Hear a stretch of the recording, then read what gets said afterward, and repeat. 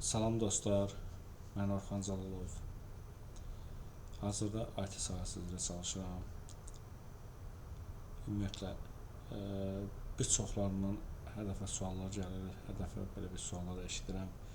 Deyir, IT sahəsinə necə başlayım? Bugünkü videolarda bu çoxların beynində olan bu suallara cavab tapmağa çalışacağıq. IT sahəsinə necə başlayım? Bəziləriniz yazırsınız ki, ingilis dilimiz zəifdir, bəlkə mənlik deyil. Bəziləri deyir ki, yaşım gecdir, artıq məsələn yaşım keçibdir.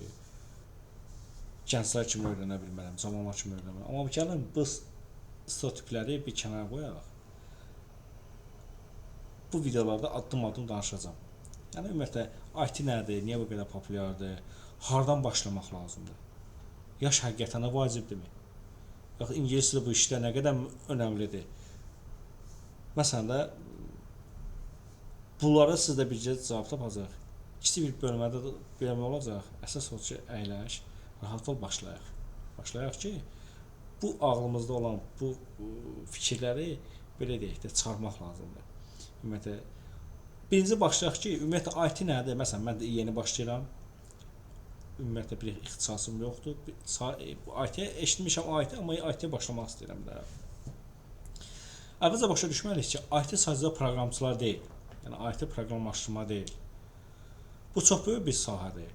İçərisində dizaynerlik də var, şəbəkə administratorluğu da var, sistem administratorluğu var, kiber təhlükəsizlik sahəsi də var, data analitika sahəsi də var. Məsələn, onlara özlərinin bir peşələri vardır.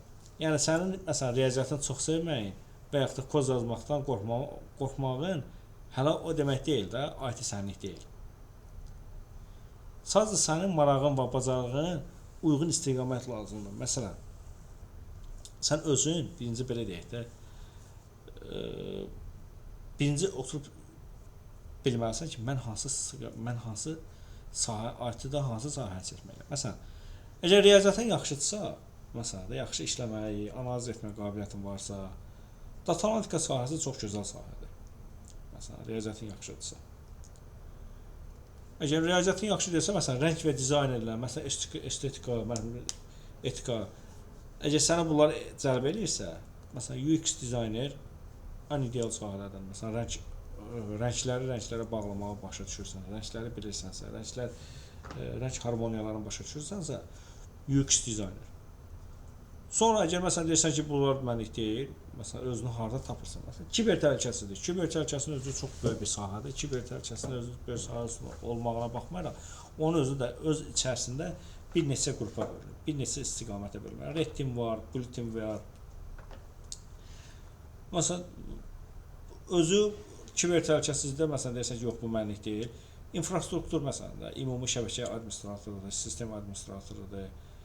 Məsələn də ümumi engineer, ümumi infrastruktur mühəndisi olmaq. Məsələn, hansısa bir şirkətin həm kompüterlərinin, serverlərinin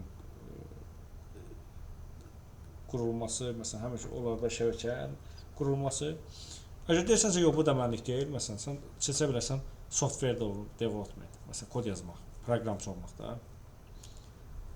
Baxırsan ki, seçimi yoxdursa, sadəcə araşdırmaq lazımdır. IT sahəsi həm sürətlə böyür, həm də dünyada istənilən yerinə işləmə imkanı verir. Ona görə də bu sahə səni çoxların diqqət mərkəzindədir. Yəni, ona görə də birinci araşdırmaq lazımdır. Əgər araşdırdın, baxdın ki, hə, okey, mən artıq başlayayım, indi gələ biləcək deyil, əsas suala. İlk addım, hardan başlayayım? Yəni, bu əsas hardan başlayayım? Mən tövsiyə edirəm ki, sən fundamental, yəni baza biliklərini öyrənməklərə başlaya bilərsən. Məsələn, kompüter necə işləyir? İnternet nədir? Və bu datalar məsələn internetdə necə ötürülür? Server nədir? Domain nədir? Proqram nədir? Əməli sistemlər nədir? Sistem nədir? Ümumiyyətlə bunlar nədir? Bu anlayışları YouTube-da, ümumiyyətlə, məsələn də Udemy-də, digər platformalarda İstəsən ingilis dilində, istəsən rus dilində, istəsən özümüzün Azərbaycan dilində hər gün 30 dəqiqə baxsan, bir ay artıq belə deyək də çox şey anlayacaqsan. Hər gün 30 dəqiqə baxsan. Məsələn, Sonrakı mərhələdə məsələn mən tövsiyə edirəm ki, 3 meyara görə məsləhət görürəm də məsələn də. Marağın, nədən zövq alırsan ümumiyyətlə? Nədən zövq alırsan? Bir. İkinci, bacarığın. Məsələn, analitik görünürsən, yoxsa yaradıcıysansa, məsələn də, analitik riyaziyyatla, riyazi məsələn hesablamalarla aran necədir? Əgər özü görmürsənsə, məsələn də birincidir, sonra da məqsəd, əsas məqsəddir. Məqsəd məsələn gələcəkdə mən məqsəd qoyuram ki, mən məsələn proqramçı oluram, gələcəkdə freelans iş götürürəm və ya da freelans xaricdə işləməyə edirəm. Mənim qabağımda məqsəd.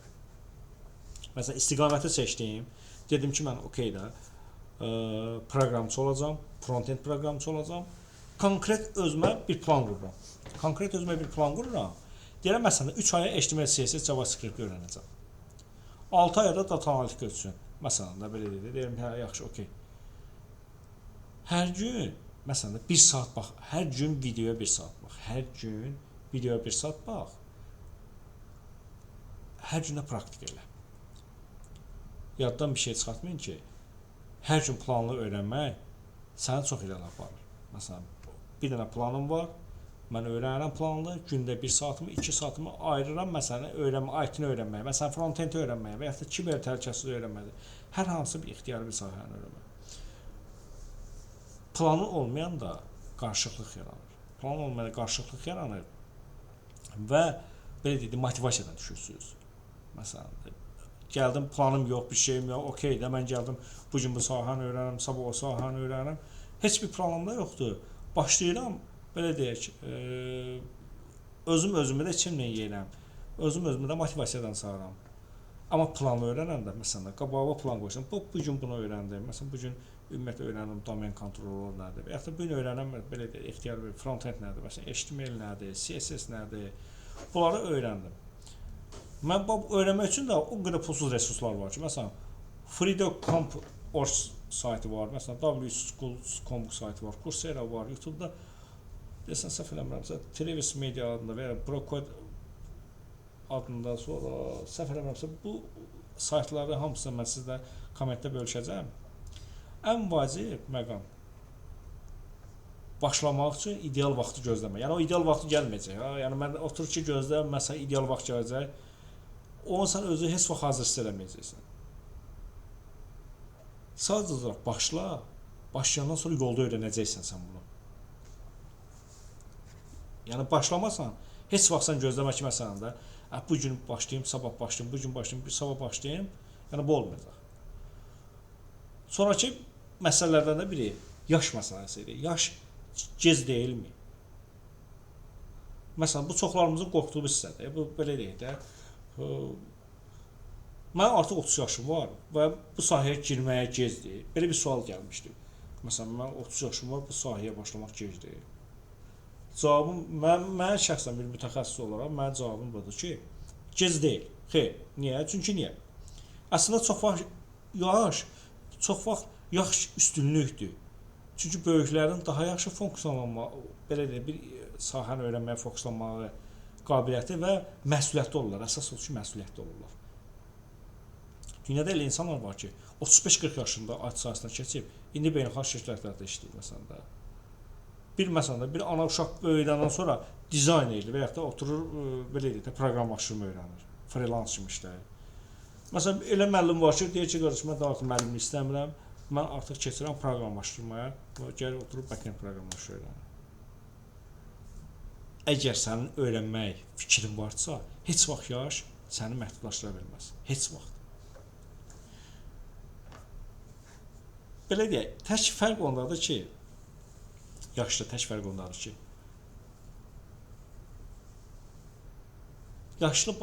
yaşlı başlamaqda daha çox planlamada və planlama, bir də səbir lazımdır ona. Yaş məsələsində gənclər tez öyrənirlər, amma tez bezirlər. Amma orta yaşlı, məsələn 35-40 yaşındakı insan sistemli öyrənsə, məsələn 35-40 yaşındakı insan IT-yə başlayır, sistemli öyrənsə, daha tez qavrayacaq. Ona görə də belə deyək, həmişə yaş bəhanə olubdur. Həmişə yaş bəhanə olubdur. Yəni sadəcə olaraq belə deyək, bir şey yadınızda saxla ki, yaş deyil, motivasiyadır. Bir də sistemli öyrənməkdir. Yaş heç bir fərqi yoxdur qardaş, heç bir fərqi yoxdur.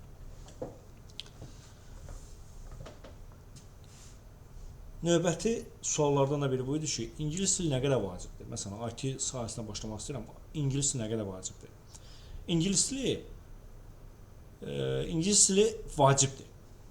Real danışanda ingilis dili vacibdir. Amma başlamaq üçün də şərt deyil, ha, yəni mən də deyim. Yəni başlamaq üçün şərt deyil. Çox resurslar artıq rusda da var, Azərbaycan dilində də var, ingilis dilində də var. Hətta kodlaşdırma dilləri belə deyil, proqramlaşdırma dillərinin özünün dizayn edilib ki, beynəlxalq dildir.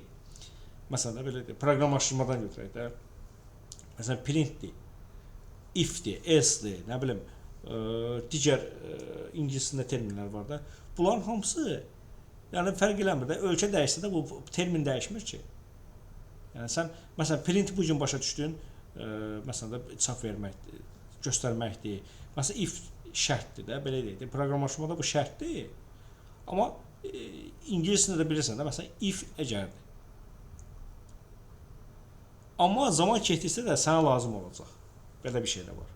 Çünki ən yeni resurslar, məsələn də təzə bir şey öyrənmək istəyirsənsə, dərsliklərdə, forumlarda, dokumentasiyalarda ingiliscədir. Yəni bu dili bilməlisən. Məsələn, öyrənməsən, bilməsən, belə deyək də, məhdud sahədə qalacaqsan. Belə deyək, yaxşı xəbər odur ki, bu dili avtomatik öyrənərsən, IT-ni öyrənmək istəyəndə də avtomatik ingilisini inkişaf eləyir. Avtomatik ingilisini inkişaf eləyir. Məsələn da, otursan dərslərə baxırsan, dərslərə baxanda da həmişə mən bir tövsiyə eləyim, subtitle'lı dərslərə baxmanız daha yaxşı olur. Çünki orada həmişə terminlər yadda qalır. Məsələn, hər dəfə error oxuyanda, məsələn də fikirləşirəm, dokumentasiya axtaranda beyin öyrənir axı. Mən şəxsi məsləhətim budur ki, hər gün 10 dəqiqə texniki video izlə ingilis dilində. Başa düşmədiyin sözləri Google Translate-ə yaz və bir kənarda bir vərəqə yaz. Bir aydan sonra görəcəksən ki, özünə nə qədər fərq hiss edəcəksən. Bəzən sonuncu deyim də, belə deyil. Bəzən insanlar deyir ki, mən başlamaq istəyirəm, amma motivasiyam yoxdur.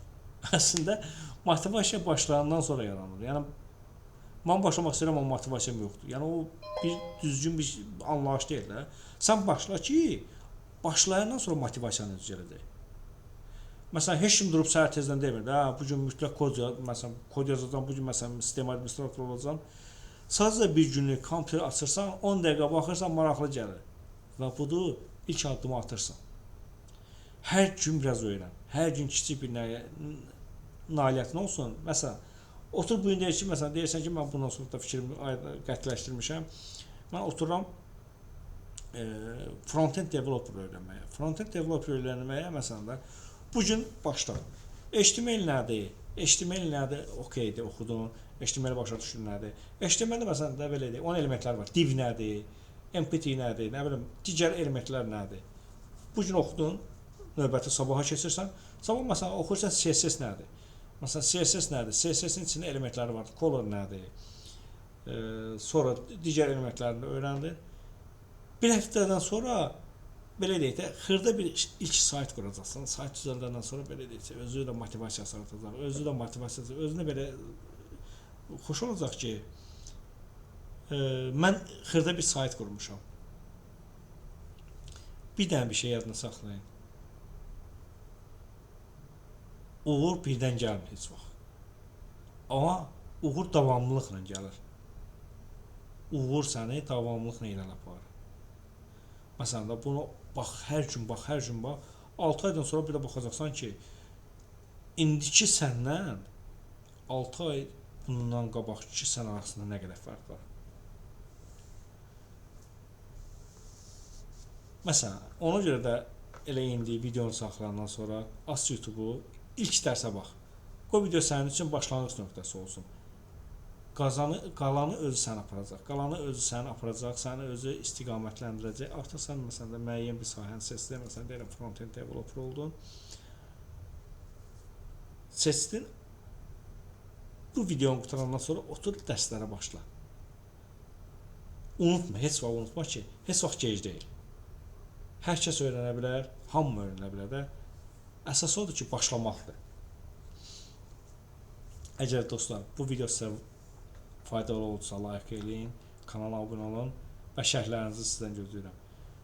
Sən də hansı bir sahəyə başlamaq istəyirsən, şərhlərdə qeyd edirsən, gələn videoda bu haqqda biz danışarıq. Çox sağ olun dostlar.